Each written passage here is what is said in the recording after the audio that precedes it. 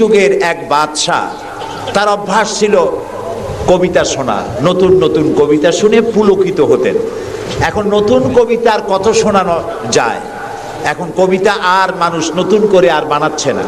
ফলে রাজা তার মন্ত্রীদেরকে ডেকে বলল যে বাজারে শোহরাত করে দাও, যে ব্যক্তি নতুন কবিতা রাজাকে শোনাতে পারবে তাকে 10 সহস্র মুদ্রা পুরস্কার দেওয়া হবে।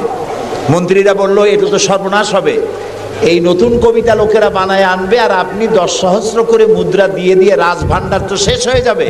রাজা বলল না, আমার বুদ্ধি আমার কাছে, তোমরা শুধু এইভাবে ঘোষণাটা দিয়ে দাও আর 3টা লোক দাও আমাকে, একবার শুনলে মুখস্থ হয় এরকম একজন দাও, 2বার শুনলে মুখস্থ এরকম আরেকজন দাও, 3বার শুনলে মুখস্থ এরকম আরেকজন দাও। স্মৃতিশক্তি সম্পন্ন এরকম 3 জন লোক পাওয়া মোটেই কষ্ট হলো না। বাজারে শোহরাত করে দেওয়া হলো। নতুন নতুন নতুন নতুন কবিতা তৈরি করে কবিরা আসতে লাগলো, দিচ্ছে। আপনারা থামেন না, আমি তো বলে দিয়েছি। ফ্যান সরাই দেন পিছনের দিকে, পিছনে লাগাই দেন আমার পিছনে।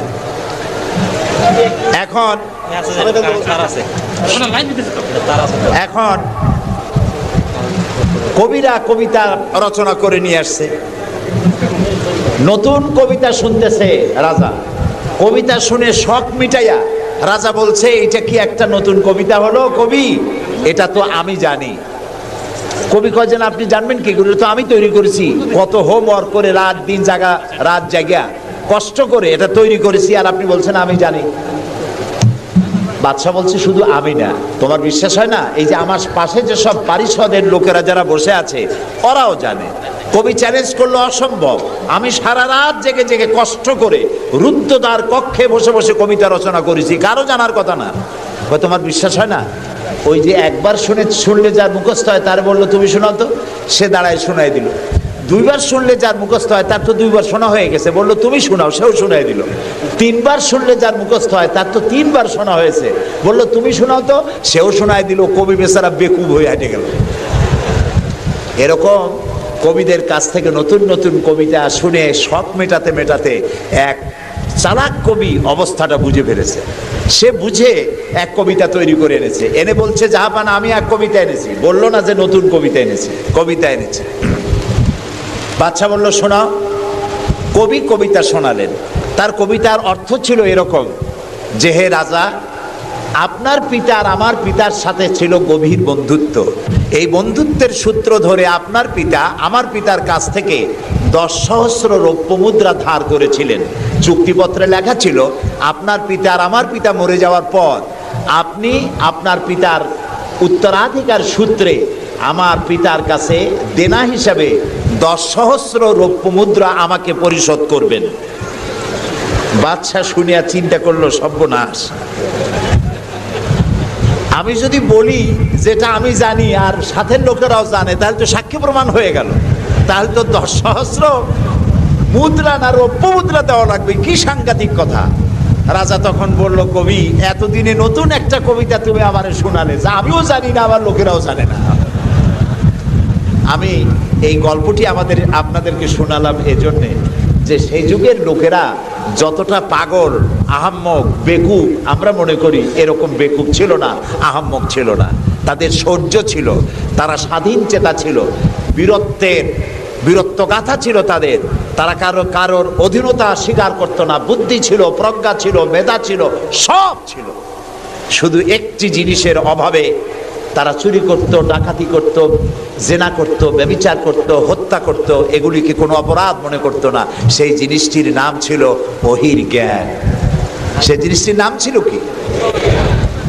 আল্লাহ রাব্বুল আলামিন সেই যুগে এই মানুষগুলির পরিবর্তনের জন্য, গোটা বিশ্বে শান্তি আনার জন্য, পৃথিবী যখন ধ্বংসের দ্বার প্রান্তে দাঁড়িয়েছে, রহমত ছাড়া পৃথিবীকে আর রক্ষা করা যাবে না, তখন আল্লাহ তাআলা রাসূলকে রহমত হিসাবে পাঠালেন। আল্লাহ তাআলা বলছেন ওয়ামা আরসালনাকা ইল্লা রাহমাতাল লিল আলামিন।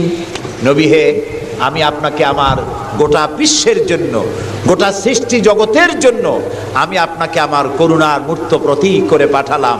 সৃষ্টি জগতের জন্য আপনি আমার রহমত। সুবহানাল্লাহ। বর্তমান যে মাসটা চলছে, এই মাসটির নাম আরবি মাস মাহে রবিউল আউয়াল। এই মাসেই আল্লাহ তাআলা পাঠিয়েছিলেন বিশ্বনবী মুহাম্মদ রাসূলুল্লাহ সাল্লাল্লাহু আলাইহি ওয়াসাল্লামকে পৃথিবীর মানবতার কল্যাণের জন্য। তাকে এই পৃথিবীতে আল্লাহ তাআলা পাঠিয়েছিলেন।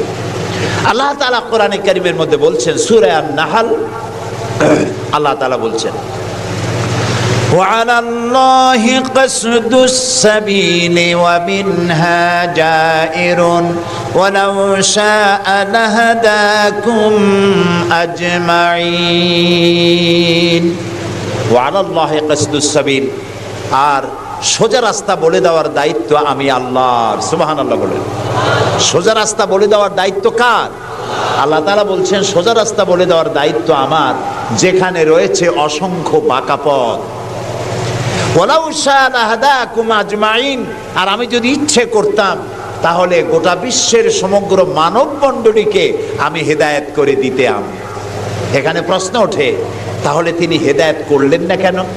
এই যে পৃথিবীতে নানামুখী মানুষ, কেউ আল্লাহ মানে, কেউ মানে না, কেউ নামাজ পড়ে, কেউ পড়ে না, কেউ মদ খায়, জেনা করে, এই যে নানামুখী নানা চরিত্রের মানুষ, আল্লাহ বলছেন আমি হেদায়েত ইচ্ছে করলে সবাইকে করে দিতে পারতাম, তাহলে তিনি করলেন না কেন? এর কারণ হচ্ছে আল্লাহ তাআলা মানুষকে করেছেন সব থেকে শ্রেষ্ঠ সৃষ্টি। সৃষ্টির সেরা কারা? জোরে বলেন। আচ্ছা, সৃষ্টির সেরাই মানুষ হলো কি করে? মানুষ কি পাখির মতো উড়তে পারে? মানুষ কি চিতাবাঘের মতো দৌড়াতে পারে? মানুষ কি মাছের মতো সাঁতরাতে পারে? মানুষ কি বাঘের মতো ক্ষিপ্রতা, সিংহের মতো হিংস্রতা, সাপের মতো ক্রুদ্ধতা এগুলি মানুষের মধ্যে কি আছে? নাই। তাহলে মানুষ সৃষ্টির সেরা হলো কিভাবে বলতে পারেন? সৃষ্টির সেরা হয়েছে তার জ্ঞানের কারণে। আল্লাহ তাআলা চাঁদ সূর্যকে যেভাবে বাধ্য করেছেন তার হুকুম মানার জন্য, আমাদেরকে আল্লাহ তাআলা এভাবে হুকুম মানতে বাধ্য করেন নাই। কোরআন শরীফে আল্লাহ তাআলা বলেছেন, ওয়ালাকাদ কাররামনা বানি আদম। আল্লাহ তাআলা বলেন, আদম সন্তানকে আমি সম্মানিত করেছি। চাঁদ, সূর্য, গ্রহ, নক্ষত্র, সৌররাজি, নবমণ্ডল, ভূমণ্ডল সব কিছু আল্লাহর আইন মানতে বাধ্য না বাধ্য নয়? আল্লাহ তাআলা কোরআনে কারীমে বলেছেন, আফা গায়রা দীনিল্লাহি ইয়াবগুন ওয়া লাহু আসলামা মান ফিস সামাওয়াতি ওয়াল আরদি তাওআন ওয়া কারহা। আফা গায়রা দীনিল্লাহি ইয়াবগুন। তোরা কি আল্লাহর দেওয়া জীবন ব্যবস্থাকে ছেড়ে দিয়ে অন্যের তৈরি করা মতবাদ গ্রহণ করতে চাও? ওয়ালাহু আসলামা মান ফিস সামাওয়াতি ওয়াল, অথচ আকাশে যা আছে, জমিনে যা আছে সব কিছু তার আনুগত্যের মস্তককে আমার সামনে নত করে দিয়েছে। সুবহানাল্লাহ।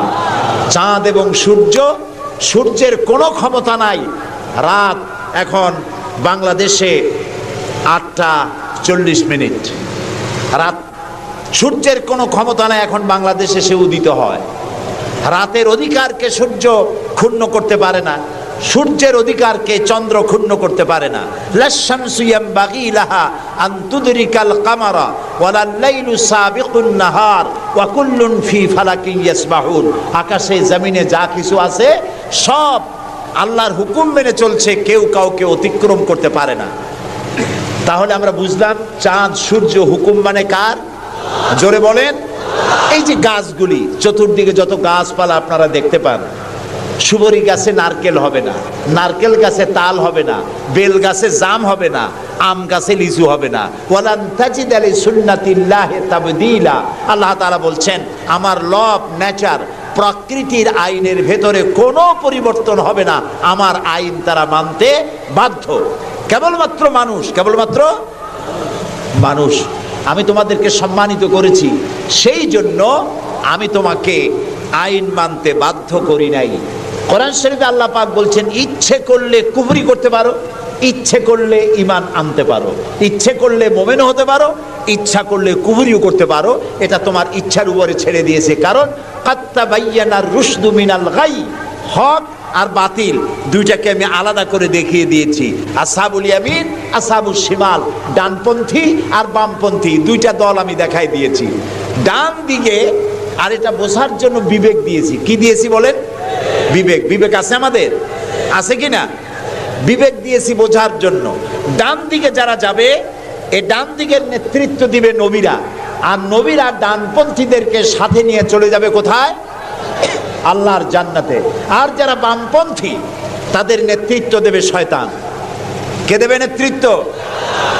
আমি বুঝি না মুসলমানেরা কেমনে বামপন্থী হয়। আমাদের দেশে কিছু মুসলমান আছে নামধারী, নাম মুসলমানের, কিন্তু নিজেদের পরিচয় দেয় তারা বামপন্থী। আছেন এরকম? এই সমস্ত বামপন্থীদের নেতৃত্ব দিবে শয়তান, আর এদেরকে নিয়ে শয়তান তাদেরকে নিয়ে যাবে কোথায়?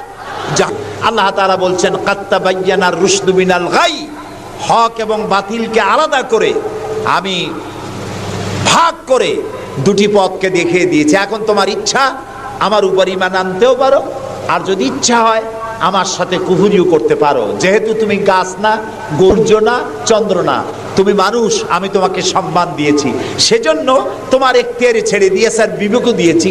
এই বিবেক দিয়ে তুমি বুঝতে পারবা পথ কোনটা। আল্লাহ বলছেন আমার দায়িত্ব হলো ওয়া আলাল্লাহি কাসদুস সাবিল, সোজা রাস্তা বলে দেওয়ার দায়িত্ব আমার। সুবহানাল্লাহ, আমি বলে দিয়েছি সোজা রাস্তা কোনটি। আল্লাহ তাআলা বলেন সূরা ইব্রাহিমের মধ্যে আলিফ লাম রা কিতাবুন আনজালনাহু ইলাইকা লিতুখরিজান নাসা মিনাজ যুলুমাতি ইলান নূর। আল্লাহ তাআলা বলেন হে নবী, আমি আপনার উপর একখানা কিতাব অবতীর্ণ করলাম।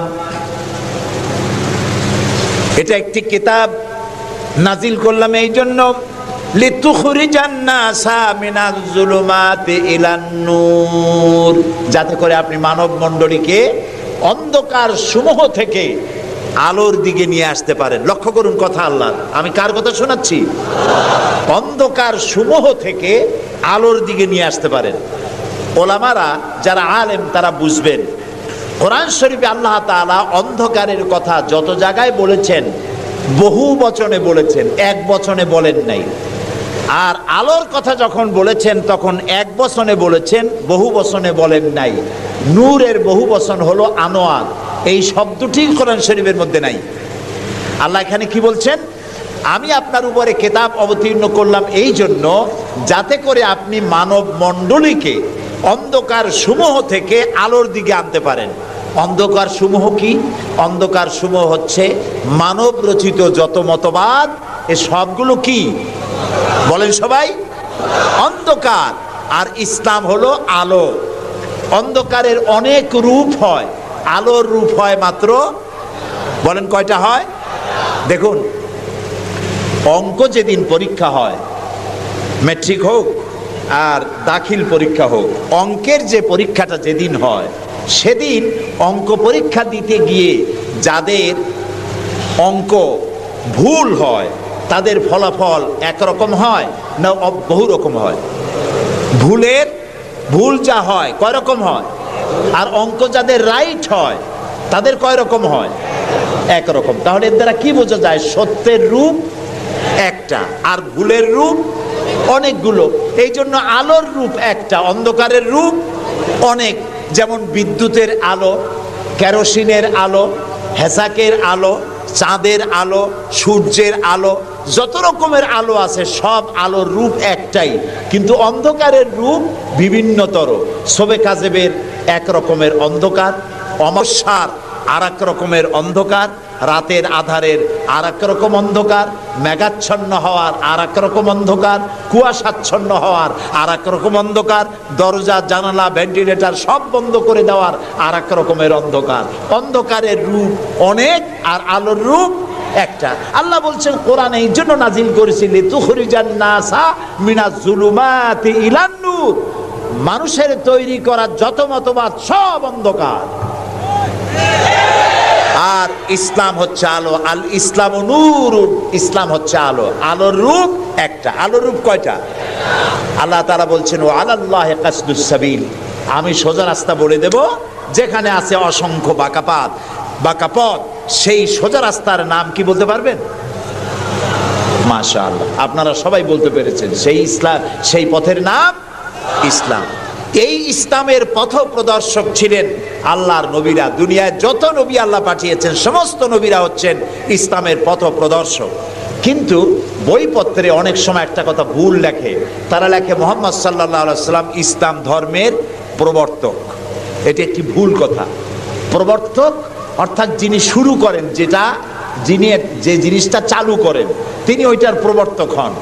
ইসলামের প্রবর্তক হচ্ছেন আল্লাহ তাআলা, আর সমস্ত নবীরা হচ্ছেন প্রচারক, আর সর্বশ্রেষ্ঠ প্রচারক হচ্ছেন মুহাম্মাদুর রাসূলুল্লাহ সাল্লাল্লাহু আলাইহি ওয়াসাল্লাম।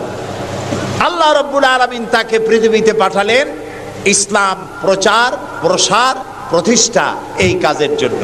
আল্লাহ তাআলা তাকে পাঠালেন এবং তাকে সর্বাধিক মর্যাদা দিলেন। এত বড় মর্যাদা আল্লাহ তাআলা পৃথিবীতে আর কারো দেন নাই। সুবহানাল্লাহ। কোরআনে কারীমের মধ্যে আমরা দেখতে পাই আল্লাহ রাব্বুল আলামিন যখনই কোনো নবীকে ডাকার দরকার বোধ করেছেন, তিনি নাম ধরে ধরে রেখেছেন। তিনি বলেছেন ইয়া আদম, ইয়া জাকারিয়া, ইয়া ইব্রাহিম, ইয়া ঈসা, ইয়া মূসা। গোটা কোরআন শরীফ তন্ন তন্ন করে যদি তালাশ করা যায়, কোরআন শরীফের ভিতরে কোথাও ইয়া মুহাম্মদ এই শব্দটি, এই বাক্যটি কোথাও পাওয়া যাবে না। আল্লাহ তাআলা তার রাসূলকে মুহাম্মদ সাল্লাল্লাহু আলাইহি সাল্লামকে কোরআনে কারীমে কোথাও নাম ধরে ডাকেন নাই। কেন ডাকেন নাই? তাকে মর্যাদা দিয়েছেন। সুবহানাল্লাহ বলুন। আল্লাহ রাব্বুল আলামিন নিজে তো নাম ধরে ডাকেনি নাই, বরং কোরআনে কারীমে আল্লাহ রাব্বুল আলামিন বলেছেন ও পৃথিবীর মানুষেরা, আমার নবীকে তোমরাও যেন পরস্পরকে যেভাবে নাম ধরে ডাকাডাকি করো, আমার নবীকে তোমরা সেভাবে নাম ধরে ডাকবে না। আল্লাহ নিষেধ করে দিয়েছেন। কোরআনে কারীমের মধ্যে আল্লাহ তাআলা তাকে নাম ধরে ডাকেন নাই এবং তার মর্যাদা সমস্ত নবীদের চাইতে বেশি দিয়েছেন। পৃথিবীতে যত নবী এলেন, সমস্ত নবীরা এসেছেন যার যার এলাকার উপরে ভিত্তি করে, ভাষার উপরে ভিত্তি করে, গোত্রের উপরে ভিত্তি করে। মুহাম্মদ সাল্লাল্লাহু আলাইহি সাল্লাম শুধু আরবি ভাষাভাষীদের নবী ছিলেন না, শুধুমাত্র মক্কার এবং মদিনার নবী ছিলেন না, তিনি বিশ্ব নবী। বলুন তো কি নবী?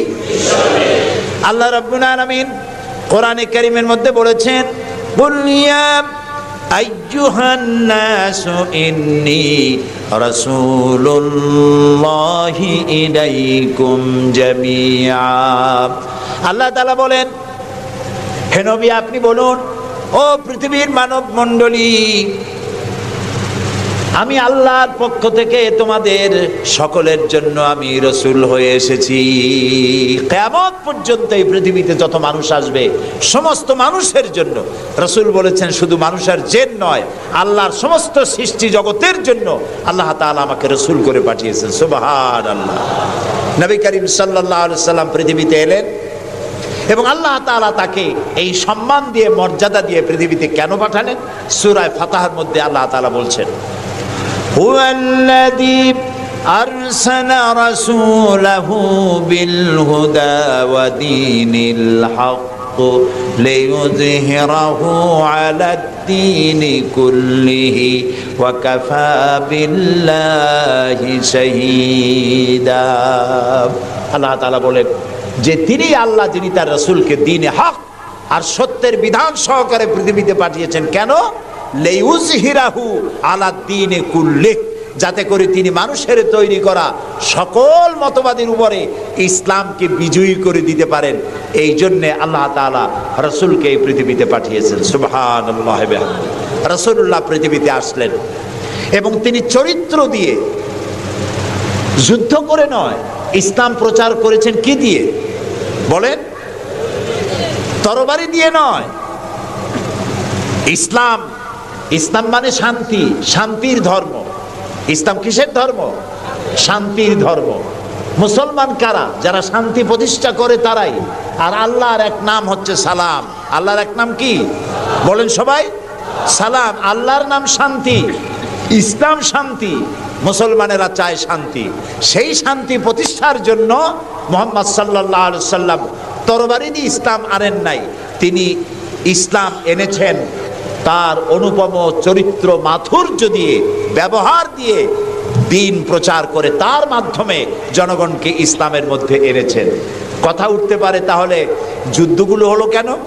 বদর, ওহদ, হুনাইন, তাবুক, এগুলো ইয়ারমুক, কেন এই যুদ্ধগুলো হলো? এসব যুদ্ধ ছিল ডিফেন্সিভ।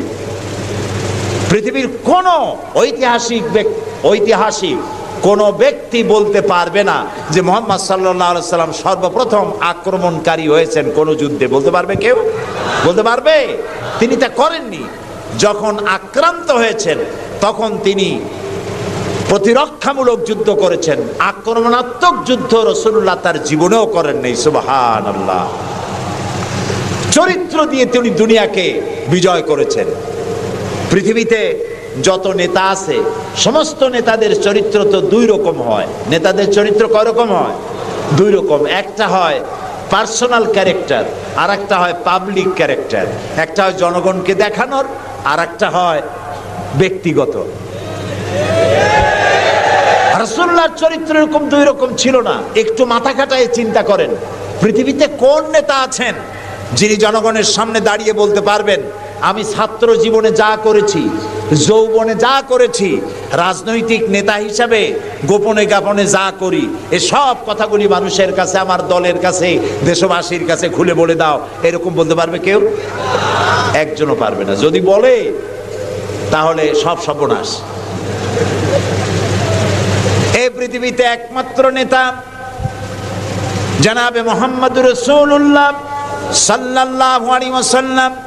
তিনি বলেছেন, ও আমার সাহাবীরা, ও আমার স্ত্রীরা, দিনের আলোতে আর রাতের আধারে আমার ভিতরে তোমরা যে আচরণ আমার দেখতে পাও, আমার ওঠা বসা, আমার চলাফেরা, আমার আচার আচরণ, যা কিছু আমার ভিতরে দেখতে পাও, সবগুলি খুলে খুলে মানুষের সামনে বলে দাও। সুবহানাল্লাহ। রাসূলুল্লাহর চরিত্রের সার্টিফিকেট, তার আখলাক কেমন, এটা জানার জন্য হযরত আয়েশার কাছে কয়েকজন সাহাবী প্রশ্ন করেছিলেন, মা, রাসূলুল্লাহর কাছে বেশি সময় কাটাবার সুযোগ আপনি পান, তার ইনস অ্যান্ড আউট আপনি ভালো করে জানেন, বলুন তো তার আখলাক কেমন, তার চরিত্র কেমন?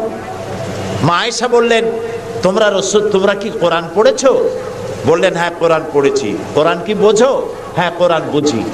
হযরত আয়েশা বলেন, কোরআন যদি পড়ে থাকো, কোরআন যদি বুঝে থাকো, রাসূলের চরিত্র আমার কাছে জানার কোনো দরকার নাই। যেটা কোরআন তোমরা পড়েছো, কোরআনের বাস্তব নমুনা যদি দেখতে চাও, আল্লাহর নবীর দিকে তাকায়া দেখো। তার চরিত্র হলো কোরআন। রাসূলুল্লাহর চরিত্র কি? কোরআন। রাসূলুল্লাহর নবুয়তের 23 বছরের জীবনে যা আছে, 30 পারা কোরআনে তাই আছে। 30 পারা কোরআনে যা আছে, রাসূলুল্লাহর 23 বছরের নবুয়তের জীবনে তাই আছে। বড় করে বলেন সুবহানাল্লাহ।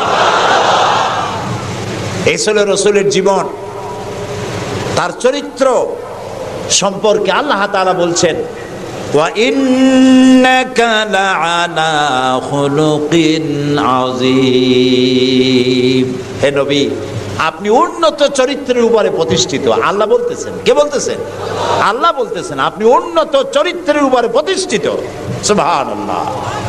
এবং আমাদেরকে বলা হচ্ছে, আমাদেরকে, কাদেরকে? সারা দুনিয়ার মুসলমানদেরকে বলা হচ্ছে, লাকাদ কানা লাকুম ফি রাসূলিল্লাহি উসওয়াতুন হাসানা, গ্রহণযোগ্য মহত্তম আদর্শ তোমাদের জন্য আদর্শ রয়েছে তোমাদের রাসূলের মধ্যে।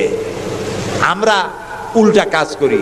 আমরা ইসলামরে চিনি পীর সাহেবরে দিয়া, মৌলানা সাহেবরে দিয়া, হুজুররে দিয়া ইসলাম বুঝতে চেষ্টা করি। এটা উল্টা কাম। আসলে ইসলাম দিয়া, কোরআন দিয়া, হাদিস দিয়া পীর সাহেবকে যাচাই করা উচিত, কোরআন হাদিস মতো উনি আছেন কিনা। হুজুর সাহেব, মৌলানা সাহেব, নেতা সাহেব কোরআন হাদিস অনুযায়ী আছে কিনা, ওই ব্যারোমিটার দিয়েই বাছাই এবং যাচাই করা উচিত, কিন্তু তা না করে আমরা উল্টাটা করি, যার জন্য আমরা প্রতারিত হই। এই জন্য রাসূল হচ্ছেন আমাদের নেতা হিসাবে শ্রেষ্ঠ নেতা, তার থেকে বড় নেতা আকাশের নিচে জমিনের উপরে কেউ নাই, তাকেই গ্রহণ করতে হবে। দেখুন, চরিত্রের উন্নত সার্টিফিকেট দিতে পারে একজন পুরুষের জন্য কে দিতে পারে? তার স্ত্রী। সব থেকে কে পারে?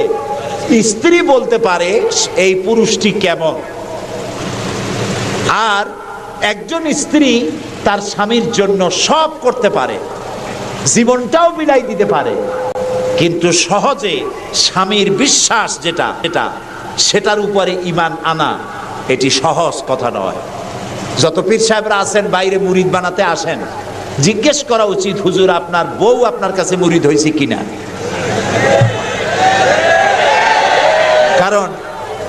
কারণ বউ জানে। বাইরে এসে যতই হুজুর অনেক কিছু নামের আগে মেজবাউল আরেফিন, সিরাজুস সালিকিন, তারপরে কি কুতুবে রব্বানি, গাউসে সামদানি, আশেকে পান্দান, সিয়াহে দান্দান, এই যতই বলা হোক না কেন, কিন্তু আসলে উনি কি ওনার বউ চাইতে কেউ ভালো জানে না। এটা ঠিক কিনা? বউ ঈমান আনছে কিনা, মুরিদ হইছে কিনা, ওইটা দেখা দরকার। ড্রাইভারকে জিজ্ঞেস করা দরকার আপনার হুজুর কেমন, ড্রাইভার বলতে পারবে। ওনার সাথে খাদেমদেরকে একান্তে জিজ্ঞেস করা দরকার হুজুর কেমন, ওনারা বলতে পারবেন। দেখুন, এই পৃথিবীতে নবী করিম সাল্লাল্লাহু আলাইহি সাল্লাম যখন ওহী পেলেন, দ্বিতীয় ওহী ছিল ওয়ানজির আশিরাতাকাল আকরাবিন, নিকটবর্তী লোকদেরকে এবার দ্বীনের দাওয়াত দেন। এই সর্বপ্রথম দাওয়াতের জন্য আল্লাহ তাআলা বললেন, আল্লাহর প্রতি, জাহান্নামের প্রতি ভয় দেখান, সতর্ক করুন মানুষদেরকে। সর্বপ্রথম তিনি মনে করলেন নিকটবর্তীদেরকে দাওয়াত দিতে আল্লাহ বলেছেন আগে। তামার নিকটবর্তী খাদিজার চাইতে তো কেউ নাই। খাদিজার কাছে গিয়েই রাসূলুল্লাহ দাওয়াত দিলেন। দাওয়াতটা কি? বললেন, খাদিজা, এই যে চোখে দেখা লাত, মানাত, উজ্জা, হুবাল, এর একটাও খোদা না, এগুলো বেহুদা। এগুলা কিছু বানাইতে পারে না, কেউ রে সাহায্য করতে পারে না, এমনকি নিজেকেও বিপদ থেকে রক্ষা করার কোনো শক্তি ওদের নাই। এক অদেখা আল্লাহ আছেন, যিনি ছাড়া কোনো ইলাহ নাই, তোমাকে আমাকে তিনিই সৃষ্টি করেছেন, তাকে আল্লাহ হিসাবে মানো, যারা দেখা যায় না। আর আমি সেই আল্লাহর শেষ নবী, আমাকে নবী হিসাবে মানো। কত বড় কঠিন কথা, কত বড় কঠিন কথা। প্রিয় ভাই সব, পর্দার আড়ালের মা বোনেরা লক্ষ্য করুন, হযরতে খাদিজাতুল কুবরা রাদিয়াল্লাহু তাআলা আনহা 40 বছরের বয়সের সময় মুহাম্মদ সাল্লাল্লাহু আলাইহি সাল্লামকে বিয়ে করেছিলেন। তখন তার বয়স 25 বছর। আর আজ 40 বছর বয়সে নবীজি নবুয়ত পেয়েছেন। 15টি বছর সময় পেয়েছেন রাসূলকে কাছে থেকে দেখার। হযরতে খাদিজা যখনই দ্বীনের দাওয়াত পেলেন, অদেখা আল্লাহকে বিশ্বাস করতে হবে, মুহাম্মদ সাল্লাল্লাহু আলাইহি সাল্লামের নবুয়ত মানতে হবে, এই প্রশ্ন যখন সামনে এলো, হযরতে খাদিজা কোনো প্রশ্ন তোলেন নাই, এক মুহূর্ত দেরিও করেন নাই, সঙ্গে সঙ্গে পড়ে নিয়েছেন লা ইলাহা ইল্লাল্লাহু মুহাম্মাদুর রাসূলুল্লাহ। হযরত খাদিজা বললেন আবুল কাসেম। তিনি মুহাম্মদ সাল্লাল্লাহু আলাইহি সাল্লামকে আবুল কাসেম বলে ডাকতেন, হে কাসেমের পিতা, হে কাসেমের পিতা। আমি ঈমান আনলাম আল্লাহর উপরে, যারে কোনোদিন দেখি নাই। আমি ঈমান আনলাম আপনার প্রতি, সেই আল্লাহর আপনি প্রেরিত রাসূল, নবী হিসেবে মেনে নিলাম। কারণ বিগত 15টি বছর আপনার সাথে থেকে আপনার মধ্যে যে আচরণ দেখেছি, এই আচরণ কোনো সাধারণ মানুষের হতে পারে না। আপনি অবশ্যই আল্লাহর নবী, আমার কোনো সন্দেহ নাই। রাসূলুল্লাহ যা করেছেন, চারিত্রিক বিপ্লব করেছেন। তার কৈশোর, তার যৌবন ওই জনগণের মধ্যেই হয়েছে। আল্লাহ তাআলা সিরিয়া থেকে নবী এনে মক্কায় চাপায় দেন নাই, মিশর থেকে নবী এনে মক্কার উপরে চাপায় দেন নাই। ওই সমাজেই তিল তিল করে তিনি বড় হয়েছেন। মানুষের মাঝে। আর মানুষেরা এক পর্যায়ে মুহাম্মদ এই নামটা ভুলেই গেল, তাকে ডাকা শুরু করলো আল আমিন বলে। সুবহানাল্লাহ, এটা নবুয়ত পাওয়ার অনেক আগে তাকে ডাকতো আল আমিন। বিপদে পড়লে বলতো চলো আল আমিনের কাছে যাই, ঝগড়া হলে বলতো চলো আল আমিনের কাছে যাই, আমানত রাখতে হবে চলো আল আমিনের কাছে যাই। তার নামই লোকেরা ভুলে গেল, এক পর্যায়ে নাম প্রচারিত হলো আল আমিন, মানে কি? বিশ্বাসী। তিনি নিজেকে তিল তিল করে গড়েছেন, আল্লাহ তাআলা গড়ে তুলেছেন তাকে। হযরতে খাদিজা তার প্রতি ঈমান আনলেন, রাসূলুল্লাহ দাওয়াত দিলেন তার বন্ধু, যার সাথে তার বন্ধুত্ব ছিল 20 বছরের, হযরতে সাইয়েদুনা আবু বকর রাদিয়াল্লাহু তাআলা আনহু, 20 বছরের বন্ধু। হযরত আবু বকরের কাছে রাসূলুল্লাহ যখন দাওয়াত দিলেন যে আমি আল্লাহ রসুল, আমার উপর ঈমান আনো, এক আল্লাহর উপর ঈমান আনো, হযরত আবু বকরও এক মুহূর্ত দেরি করেন নাই, বলেছেন আপনি অবশ্যই আল্লাহর নবী, আমার তো কোনো সন্দেহ নাই এর মধ্যে। সুবহানাল্লাহ। রাসূল পাক সাল্লাল্লাহু আলাইহি সাল্লাম এই মক্কি জিন্দেগিতে মানুষদেরকে তৈরি করলেন আল্লাহর ইচ্ছা মাফিক। তিনি দাওয়াত দিলেন একটি, তিনি বললেন ইয়া আইয়ুহান নাস কুলু লা ইলাহা ইল্লাল্লাহ তুফলিহু, হে মানব সকল পড়ো তোমরা লা ইলাহা ইল্লাল্লাহ, জোরে পড়েন লা ইলাহা ইল্লাল্লাহ, লা ইলাহা ইল্লাল্লাহ। একথা ঘোষণা করে দাও, কোনো ইলাহ নাই, কোনো আইনদাতা নাই, বিধানদাতা নাই, শাসনকর্তা নাই, কেউ নাই ইল্লাল্লাহ, আল্লাহ ছাড়া। এই দাওয়াত যখন তিনি দিলেন, যেই সমাজের লোকেরা তাকে আলামিন বলতো, সেই লোকেরা ফুলের মালা নিয়ে দৌড়ে আসতো নাকি? তারা পাথর নিয়ে ছুটে এলো, কারণ তারা বুঝতো লা ইলাহা ইল্লাল্লাহর মানে কি। লা ইলাহা ইল্লাল্লাহর মানে শুধু কোনো ইলাহ নাই আল্লাহ ছাড়া, মুহাম্মদ সাল্লাল্লাহু আলাইহি ওয়াসাল্লাম আল্লাহর প্রেরিত রসুল, এই কথাটুকু যদি শুধু হইতো তাহলে মার খাওয়া লাগতো না। রাসূলুল্লাহ মার খান নাই, মুসা আলাইহিস সালাম মার খান নাই, ইব্রাহিম আলাইহিস সালাম খান নাই, এমন কোন নবী নাই। 3 জন নবী ছাড়া, কয়জন নবী ছাড়া? 3 জন নবী ছাড়া মার খান নাই, দেশান্তরিত হন নাই, গালিগালাজ শোনেন নাই, ঠাট্টা বিদ্রুপ শোনেন নাই, এমন কোন নবী নাই। কয়জন নবী বাদে? 3 জন। একজন কে? আদম আলাইহিস সালাম। সে সময় কোনো মানুষই নাই, কাজী তারে বিরক্ত করবে কে? আর ছিলেন নূহ আলাইহিস সালাম। প্রথমে বাধা পাইলেন, পরে যখন বন্যা হয়ে গেল, সব যখন মরে গেল, তখন আর তারে বাধা দেওয়ার মতো কেউ ছিল না। আর একজন ছিলেন হযরতে সুলাইমান আলাইহিস সালাম। হযরত সুলাইমানকে আল্লাহ সারা পৃথিবীর রাজত্ব তার হাতের মুঠায় দিয়ে দিয়েছিলেন, সেই জন্য তার বিরোধিতাকারী কেউ ছিল না। এই 3 জন বাদে ইয়া হাসরাতান আলাল ইবাদ, বান্দার উপর আফসোস, এমন একজন নবী রাসূল পাঠাই নাই যার সাথে সমকালীন যুগের লোকেরা ঠাট্টা করে নাই, বিদ্রুপ করে নাই, মারধর করে নাই, সবাই করেছে। কারণটা কি? কারণ কি? কারণ হলো লা ইলাহা ইল্লাল্লাহর মতো বিপ্লবাত্মক রিভলিউশন সৃষ্টিকারী কথা আকাশের নিচে জমিনের উপরে আর নাই। মানে কি?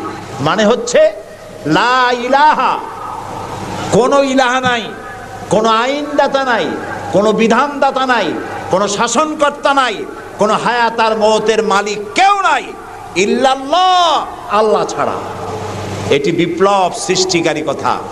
এই কথা যখন হযরত মুসা আলাইহিস সালাম বলেছিলেন ফেরাউনের সামনে, ফেরাউন তখন বলল মা আলিমতু লাকুম মিন ইলাহিন গায়রি, আমি তো জানি না যে আমি ছাড়া আরো কোনো ইলাহ আছে, তুমি এক নতুন দাওয়াত নিয়ে আসছো। আনা রাব্বুকুমুল আলা, আমি তো বড় খোদা, আমি তো বড় ইলাহ। আমি এই গত 6 তারিখে মিশর সফর করেছিলাম, আমার জীবনের প্রথম এই মিশর সফর।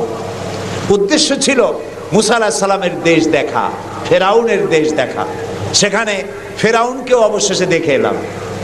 ফেরাউন মরে গেছে, কিন্তু তার দেহটাকে আল্লাহ তাআলা রেখে দিয়েছেন। আল্লাহ তাআলা তারে বলেছিলেন যে জায়গায়, যে দরিয়ায় তাকে ডুবানো হয়েছে, সেই বাহার, সেই সমুদ্রও দেখে এসেছি।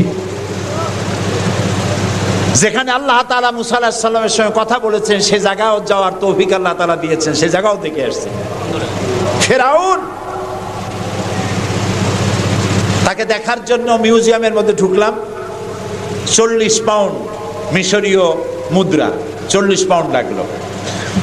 এরপরে ওর লাশ দেখার জন্য আরো 70 পাউন্ড লাগবে।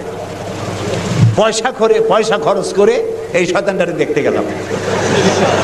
কারণ আল্লাহ তাআলা বলেছেন, কুল সিরু ফিল আরদ ফানজুরু কাইফা কানা আকিবাতুল মুকাদ্দিবিন। ঘুরে বেড়াও, আমার পৃথিবী ভ্রমণ করো। আল্লাহ তাআলা বলছেন, আমার পৃথিবী ভ্রমণ করো আর দেখো মহাসত্যের অস্বীকারীদের আমি কি পরিণতি করেছি, দেখে আসো। সুবহানাল্লাহ।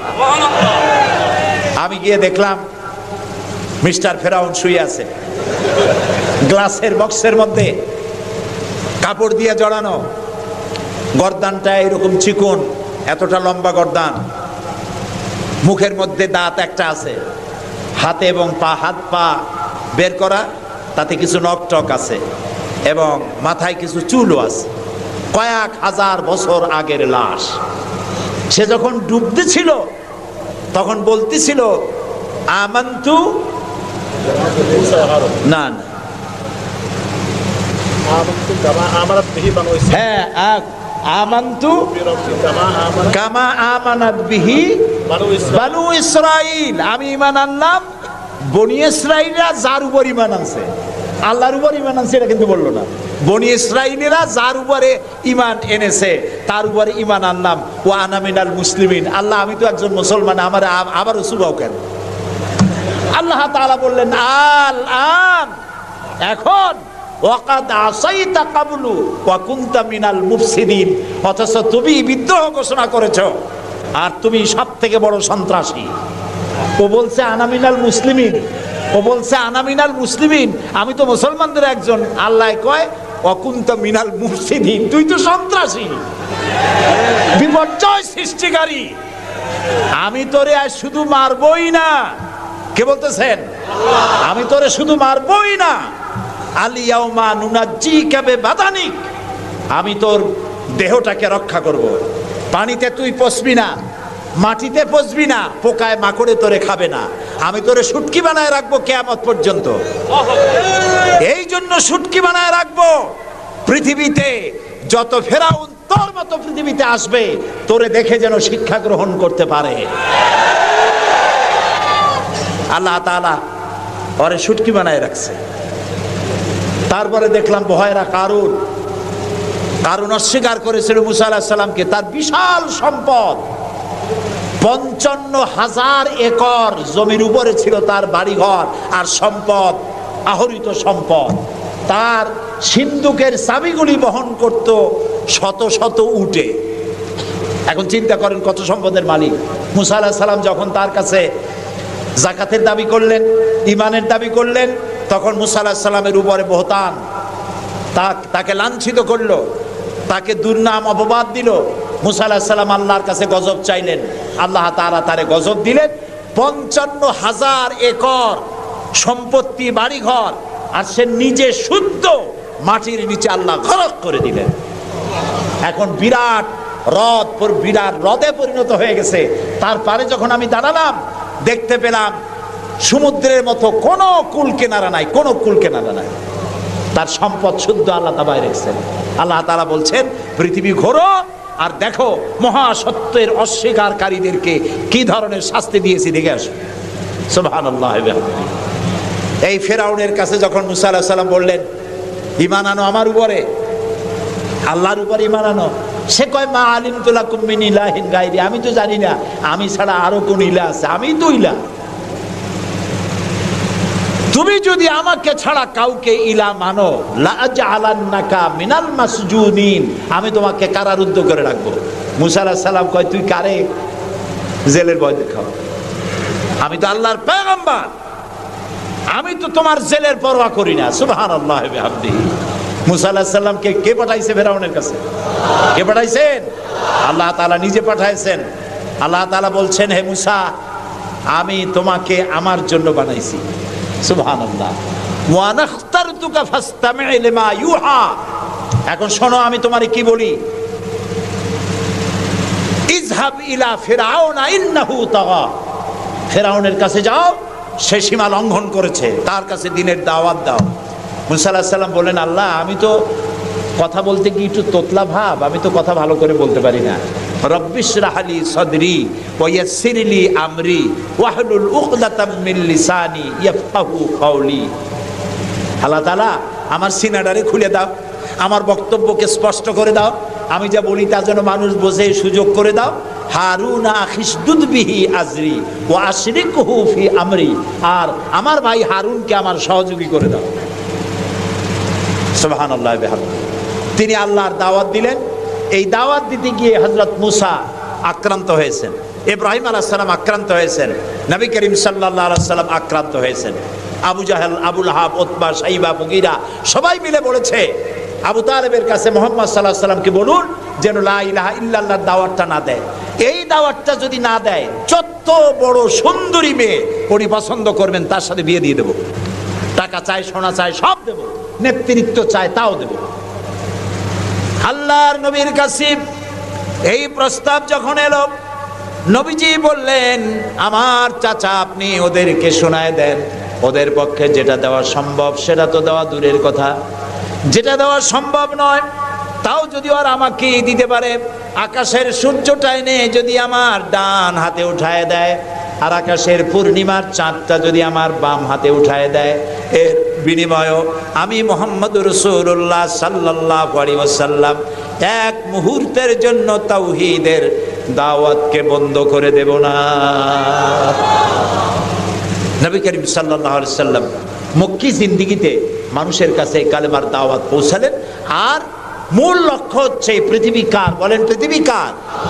আইন চলবে কার? আল্লাহর। সেই আইন প্রতিষ্ঠা করার জন্য একা একা করা যাবে না, একটা জনগোষ্ঠী তৈরি করা দরকার, একটা দক্ষ জনশক্তি তৈরি করা দরকার যারা দেশ পরিচালনার যোগ্য।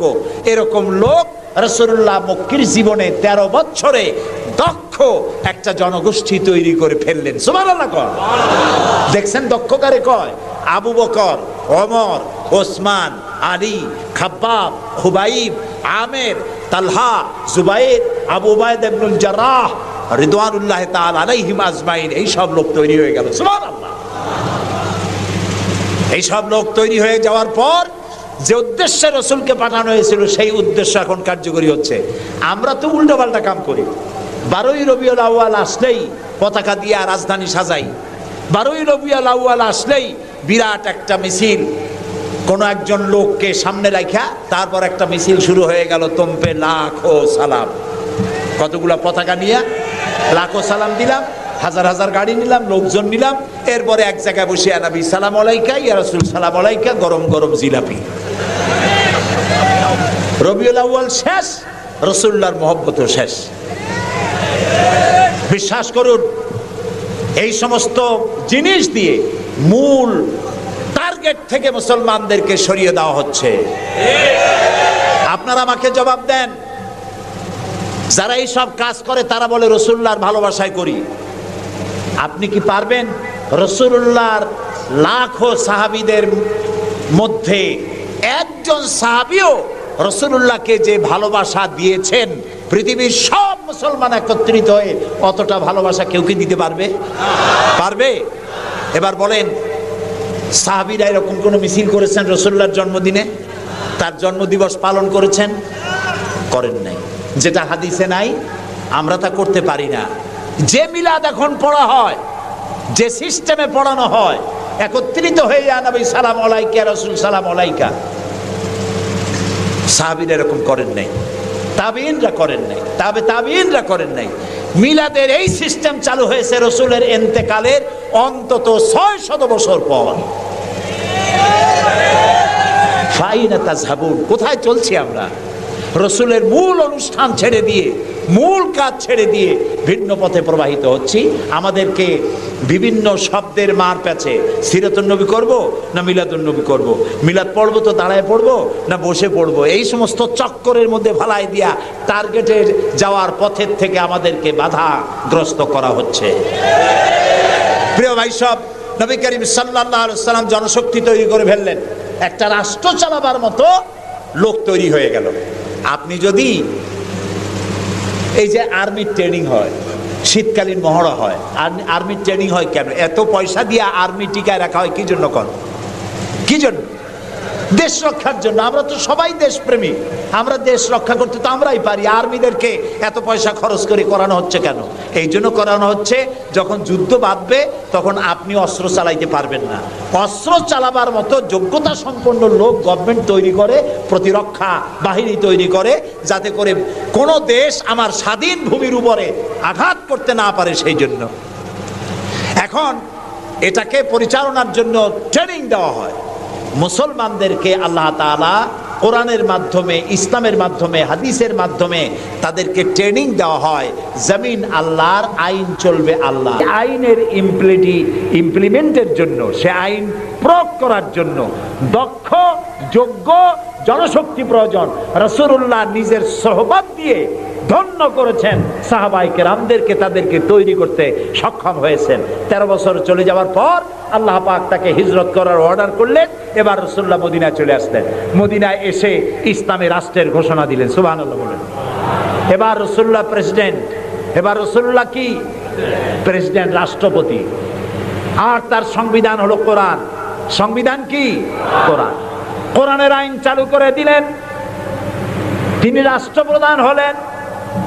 সমাজ থেকে চুরি, ডাকাতি, জেনা, ব্যভিচার, হত্যা, ধর্ষণ সব দূরীভূত হয়ে গেল। আজ মানুষ দরজা খুলে ঘুমাবার সুযোগ পেয়ে গেল। নবী করিম সাল্লাল্লাহু আলাইহি ওয়াসাল্লাম ঘোষণা করলেন, খায়রুল কুরুনি কারনি, সর্বশ্রেষ্ঠ যুগ হলো আমার যুগ। রাসূলের যুগ হলো শ্রেষ্ঠ যুগ। সমাজ থেকে চুরি ডাকাতি নির্মূল হয়ে গেল কোরআনের আইন চলার কারণে। যারা বিরোধিতা করছিল তারাও দেখলো যে মুহাম্মদ সাল্লাল্লাহু আলাইহি ওয়াসাল্লামের সাথে আমরা খামোখাই বিরোধিতা করেছি, উনি তো আমাদের বিরোধী লোক না, উনি তো আমাদের ধর্মের বিরুদ্ধে লোক না, উনি তো দেশে আইন দিয়েছেন এমন যে আইনের মাধ্যমে মানুষ তার নিজের ধর্ম পালন করতে পারে, চুরি করে না, ডাকাতি করে না, মানুষ খাবার পায়, পরার পায়, থাকার পায়, সব কিছুর গ্যারান্টি পেয়েছে। আল্লাহ তাআলা তখন একটি সূরা নাজিল করলেন। আল্লাহ তাআলা সূরা নাসর নাজিল করলেন, ইযা জাআ নাসরুল্লাহি ওয়াল ফাত ওয়া রাআইতান নাসা ইয়াদখুলুনা ফি দীনিল্লাহি আফওয়াজা।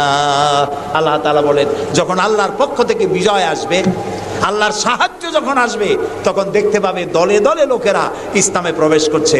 রাসূলুল্লাহর ইন্তেকালের সময় দেখা গেল আশেপাশে যত গোত্রে ছিল, এলাকা ছিল, সব পড়ে ফেলেছে লা ইলাহা ইল্লাল্লাহু মুহাম্মাদুর রাসূলুল্লাহ। কাফের বলতে আর কেউ ছিল না। শান্তি পেল, নিরাপত্তা পেল। ইসলাম শান্তি এবং নিরাপত্তা।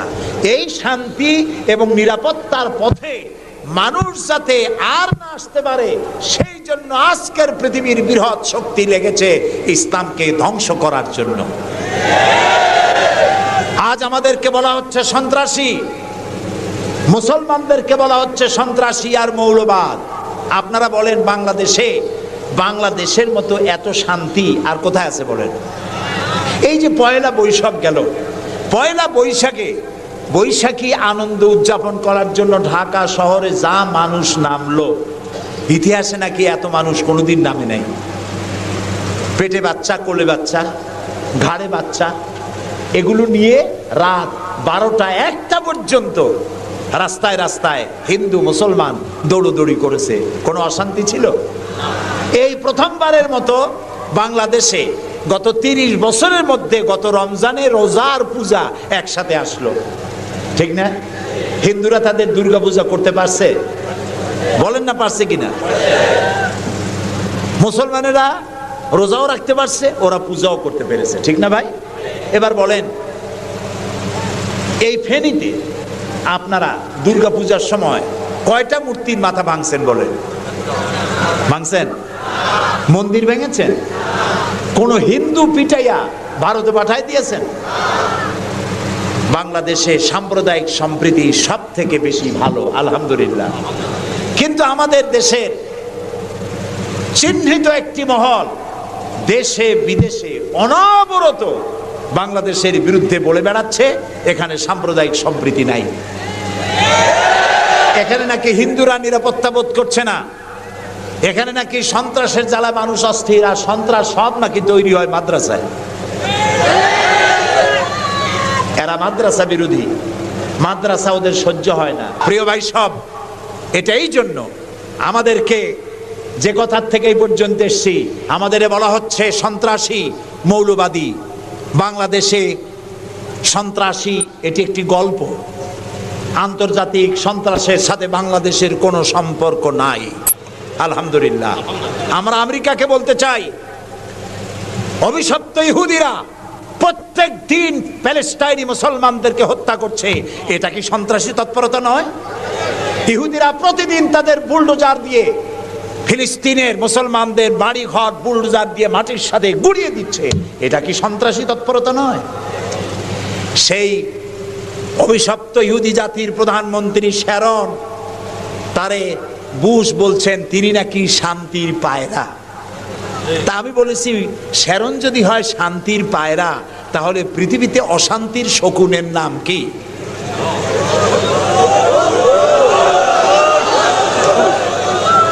আপনাদের ফতোয়াই কার্যকরী হোক।